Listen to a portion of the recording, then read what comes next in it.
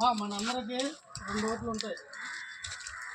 ఒక ఓటు బొత్స సత్యనారాయణ గారికి అంది బ్యాలెట్ బాక్స్ పైన 3వ నెంబర్ పైన మీరు క్లిక్ చేస్తే ఫ్యాన్ గుర్తుంటుంది. మీకు అటువంటి సౌండ్ వస్తుంది. బాక్స్ ఎలా ఉంటుంది, ఈ బీట్ సౌండ్ వచ్చినంత వరకు నొక్కాలి మనం.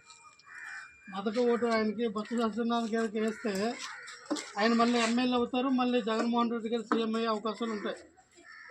మీ 2వ ఓటు కూడా సేమ్ ఇదే 3వ నెంబరు పోస్టల్ బాక్స్ నెంబరు మన పెదబాబు గారికి. అయితే మీరు వేయడం వల్ల ఏమవుతుందంటే ఆయన ఎంపీ అవుతారు. ఎంపీ అయితే మన రాష్ట్రానికి కావాల్సినటువంటి నిధులు ఏమైనా రావాలంటే ఆయన మరి రాష్ట్రానికి కావాల్సిన మరి ఎంపీల బలం మనకి 25 మంది ఎంపీలు గెలిస్తే మన రాష్ట్రానికి ఏమైనా నిధులు రావాలంటే కేంద్ర ప్రభుత్వం నుంచి ఎంపీల బలం సపోర్ట్ ఎక్కువ ఉంటేనే మనకు వస్తాయి. మరి సత్యనారాయణ గారు మనకు చేసినంత సేవలు మన అందరూ తెలుసు.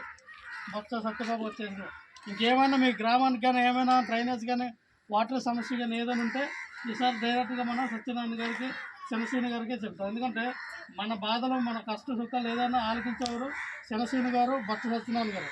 ఇప్పుడు ఆయన వచ్చారు టీడీపీ వాళ్ళు మన మండలం కాదు, మన నియోజకవర్గం కాదు, మన జిల్లా కాదు, ఎక్కడో హెచ్ఆర్ల నుంచి అంటే శ్రీకాకుళం జిల్లా.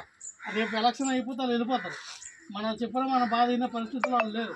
సో మన స్థానికంగా మనకు అందుబాటులో ఉన్నటువంటి శనసీని గారి యొక్క నాయకత్వాన్ని, అలాగే బొత్స సత్యనారాయణ గారి నాయకత్వాన్ని, పెదబాబు గారి నాయకత్వాన్ని మనం బలపరుచుకుంటే ఖచ్చితంగా మనకి ఏదైనా రేపొద్దున కష్టం వస్తే వాళ్ళు మనకి స్పందిస్తారు. సో ఖచ్చితంగా ఎందుకంటే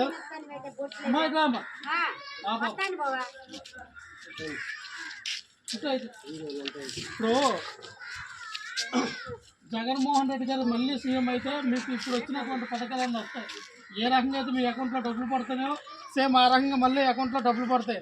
ఆసన డబ్బులు మీ అందరూ కూడా రేపు 10వ తారీఖు లోపు 18,750 రూపాయలు మీ అందరి అకౌంట్లో పడతాయి. చేయతో కానీ అలాగే డ్వాక్రా మహిళ రుణమాఫీ మన పని, అలాగే రైతు భరోసా రుణమాఫీలు కూడా అవుతాయి.